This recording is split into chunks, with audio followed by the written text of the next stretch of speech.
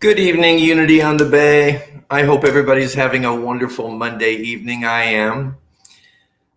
The waters have parted, the rains have ceased, and I'm really happy to be here with all of you. This is a new program that we're launching tonight, and I'm really looking forward to it. We'll give a few moments for others to join us here, but some of you may remember that I used to do a Monday night class called Mystical Minds, and what we would do is we'd review different books by various spiritual authors and comment on them. Hi, Jason.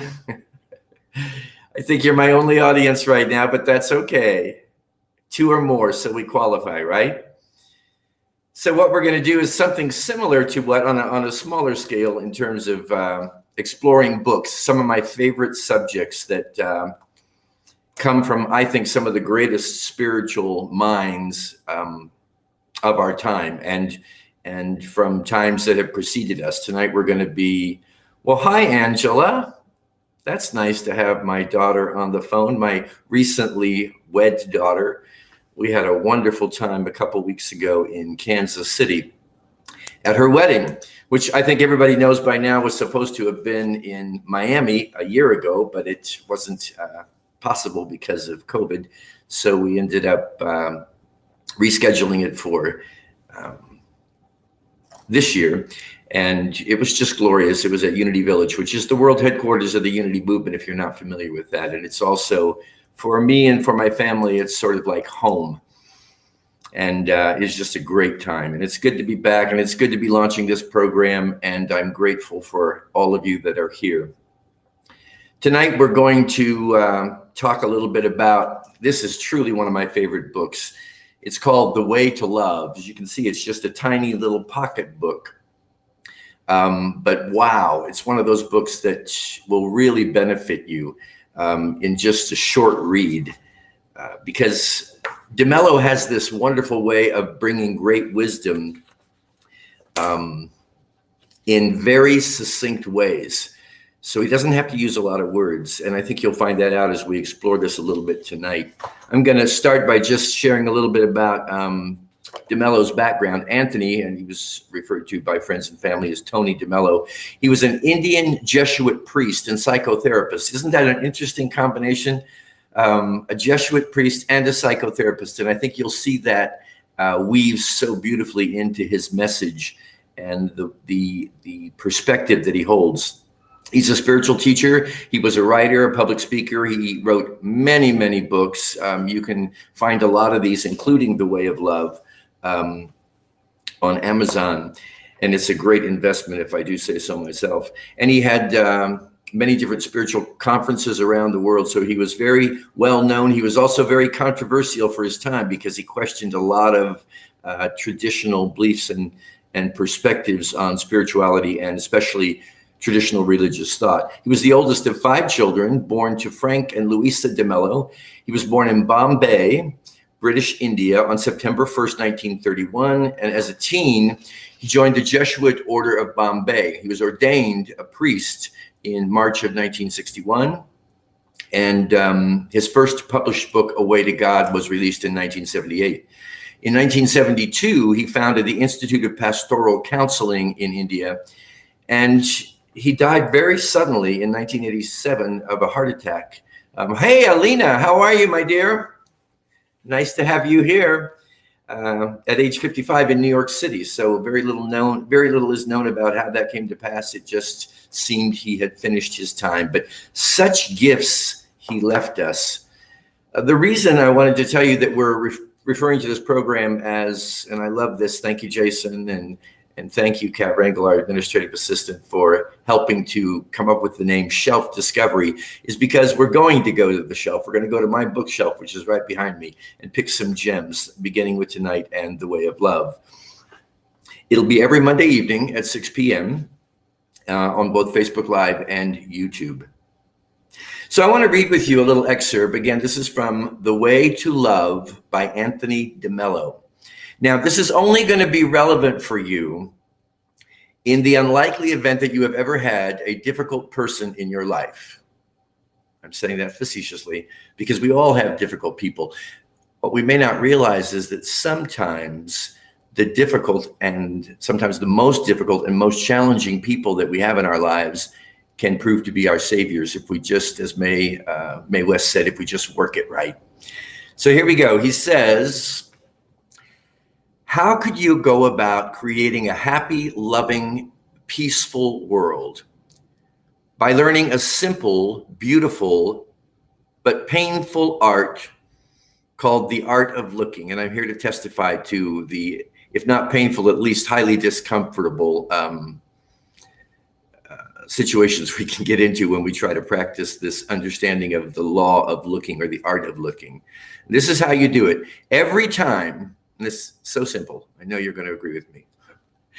Every time you find yourself irritated or angry with someone, the one to look at is not the person, but yourself.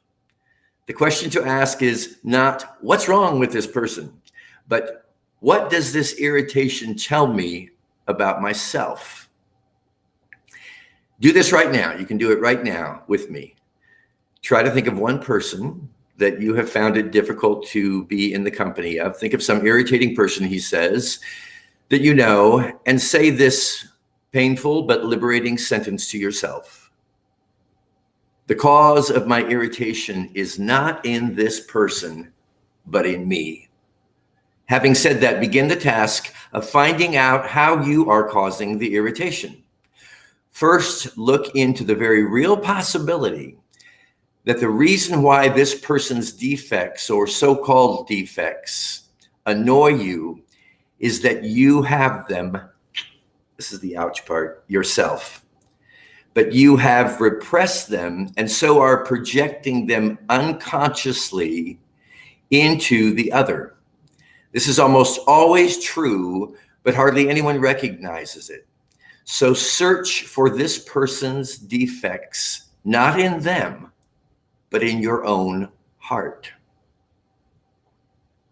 and in your own unconscious mind.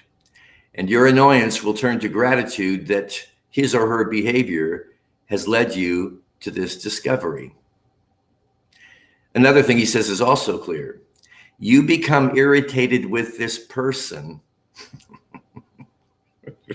because he or she is not living up to the expectations that have been programmed into you. Now, I remember when I first got introduced to this concept of finding the irritations that I discover in other people within myself. And I was very resistant to it because we are so heavily conditioned to believe that our issues with other people don't have anything to do with us. It's that victim mentality. We think it's all about the other person. So we believe if that person would just change in some way, if they would alter their behavior, if they would take on a different perspective. And this is true at every level of relationship in our lives, from people that we hardly know that just irritate us as they're passing by, to people that we're very close to. In fact, sometimes the closer we draw to someone, the more we are able to see those aspects in them that we cannot accept within ourselves because they're right there. I had a great friend back at Unity Village. His name was Reverend Christopher Ian Chenoweth. And he used to refer to intimate relationships as pressure cookers. He would always chuckle after he said that. He said, because the closer that you draw to someone, the more time you spend in their company, the more likely, of course, it is that you're going to see not only those things that you love and adore about them, but also those things you find very challenging about them. And the irritations will spring up. And it really takes a lot of practice to be able to get to the space of being able to say, the moment we get triggered, because let's face it, we're in the emotionality of the trigger. It's very difficult to take that finger that we're pointing this way and realize always there are three fingers pointing back at us, and draw it within and say, how can I learn and how can I grow and how can I realize and discover more about myself through this irritation that seems to be coming to me from another individual? You see, it's founded on the understanding, if you choose to accept it, that we are, at least our minds are, the projectors through which we experience our reality from day to day. And that includes the entire cast of characters that none of this is coming from outside upon us, thus placing us in a position of being victims to it. It's all there as a ticket to liberation. The people that we find the most irritating are oftentimes the people who can be the greatest saviors to us in our lives. Jason says, I have a hard time balancing this. I feel like I do this too absolutely. I've become a doormat. Well, thank you, Jason. And that's a very legitimate position. I can understand that. It doesn't mean that you have to tolerate behavior that you do not want to tolerate in another person. It doesn't mean that you just have to surround yourself with irritating people as your ticket to enlightenment. It just means that you're going to take a moment before you have that or before you respond to your reaction or from your reaction, and check in with yourself and say, is there anything inside of me that this could be a projection of? And it's just been my experience that more often than not, if I'm able to follow this practice, I'll discover there is some hidden aspect. And it's not necessarily exactly what I'm experiencing in the other person. But a good example of this for me is that I've said this before, and I'll say it again because it's still true. I get irritated by people who don't give me my space or who try to cut me off. This used to happen a lot in Publix when people seemed to disregard the fact that I was in the aisle and they were just moving their carts back and forth and paying no attention to me. Now it happens more in traffic. It can happen to me if the other day I found someone crossing the street in front of me. I had the green light. They were a pedestrian. All right, pedestrians, we should be kind to them. But they did not even look up from their cell phone. They just kept walking across. And in my mind, I'm having this whole debate going, this is crazy. You should be observing where you're going because, I'm aware. And so I'm stopping my car. But what if I weren't? So I find myself often irritated by people who don't seem to know that I'm there or don't seem to care that I'm there. And I have been working with that one to say, in what ways do I not realize that I am here? In what ways am I unconscious or not being present to my own presence? So it's not like it's exactly the same thing perhaps that you're experiencing, but it's a ticket to be able to discover pockets that perhaps have been repressed or suppressed within you, so you're not really aware of them. And whatever action you decide to take regarding anyone in your life, I have found it's always better to check in with myself first. And if nothing else, to own the fact that maybe I'm not going to take responsibility for this person's behavior, but I am going to take any irritating behaviors that I find in other people and use them as an opportunity to go deeper into myself. And I've gleaned great wisdom, I think, through this practice, not to mention peace of mind, because I'm not finding that people are actually irritating me as much as they used to. And it gives me an opportunity in some cases to say, in fact, thank you, because I've discovered something that without their presence, I wouldn't have discovered. Hi, Francesca, it's good to see you. Well, not see you, but to have you here. I feel like I can see you, and I just saw you yesterday, so I'm glad you're part of tonight's program. Just a reminder, this is a new program that we are just launching beginning tonight. It's called Shelf Discovery, and we're just going through the pages of some of my favorite books from metaphysical authors over the years and exploring them together. And if you have any thoughts, I think I saw Jason mentioned, what did I call it? Shelf Discovery? Or did I say self-discovery? I may have. Shelf Discovery, because I'm pulling these books off the shelf. If you have any particular books or excerpts from books that you would like for me to take time to discuss, I'd be happy to do that. So again, we're not saying that we are responsible for the behavior of others. I'm saying that we're attracting into our lives individuals and situations that are actually being projected by the content of our own consciousness. And not everyone accepts that perspective either. And I've often said, I'm not here to convince anybody that my perspective is the best or the only perspective, but more just to prompt thoughts and get us thinking, that that we do have more to do with our experience than perhaps we have ever realized. And above all, to get out of this state of victimization that I'll just say for myself, I've lived most of my life in. And you know, when you're a victim, you have no control or any power over your life again.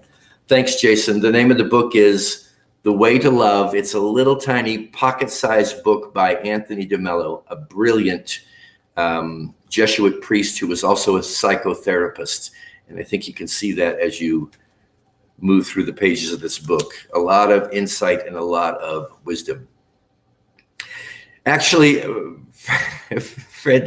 Francesca, I did mean shelf discovery. It's intentionally and somewhat comically called shelf discovery because we're pulling these books off of my bookshelf behind me as we move through the subjects.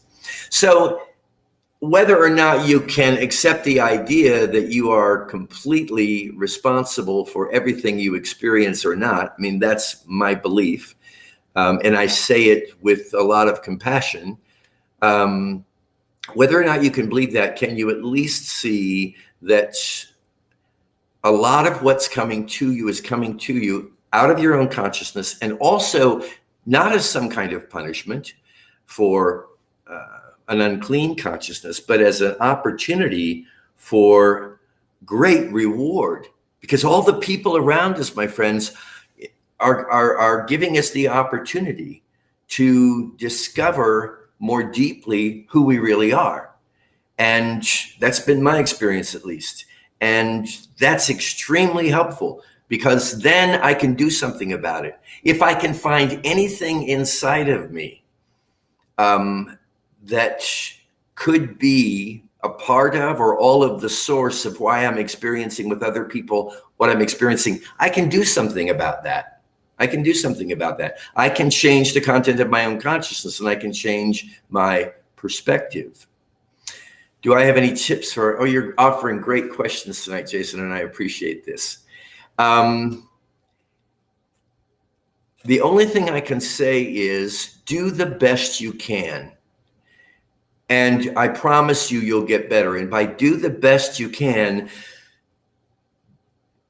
do your best to recognize when you're moving into the trigger, when you're getting that emotional reaction. And this you won't be successful with. I'm still not successful with it all the time. I still go off on acting out of triggered reactions. But do the best you can and constantly commit to yourself that you're willing to travel this path, even if it's just for a few days or a week, or even try it for just one day. It's challenging. And this is because of this heavy conditioning that has taught us to believe we are a victim of our experience, that we're a victim of circumstances. It's no different than it is with any other spiritual practice. And there's a reason why we call it practice, because you do the best you can. You practiced from day to day. And with each time you catch yourself and you can pull back a bit and say, before I point this finger of blame on someone else, I'm going to take a look at the inner content of my own consciousness. Every time you succeed in doing that, and sometimes this may mean removing yourself from circumstances, removing yourself from the presence of the other person. That's okay. Do what you have to do to be able to pull yourself together and regain your authority and your power, and perhaps then reassociate with them. There are people who have triggered me that I don't really have much to do with anymore. But I think part of the reason for that, frankly, is because I stopped putting the finger of blame on them for my own emotional reactions. And that's really the key, is to take responsibility for the way I am reacting to the individuals and the circumstances in my life. Hi, Carla. Nice to have you here tonight. Your comment is a little bit out of my view here. Just one second. I'm mastering the art of this new Restream program. Yes, replying to Jason. So this is something for you to look at if it resonates with you. And especially if you have felt like you've been living your life from a state of victimization. If you feel like you haven't had control over people and circumstances.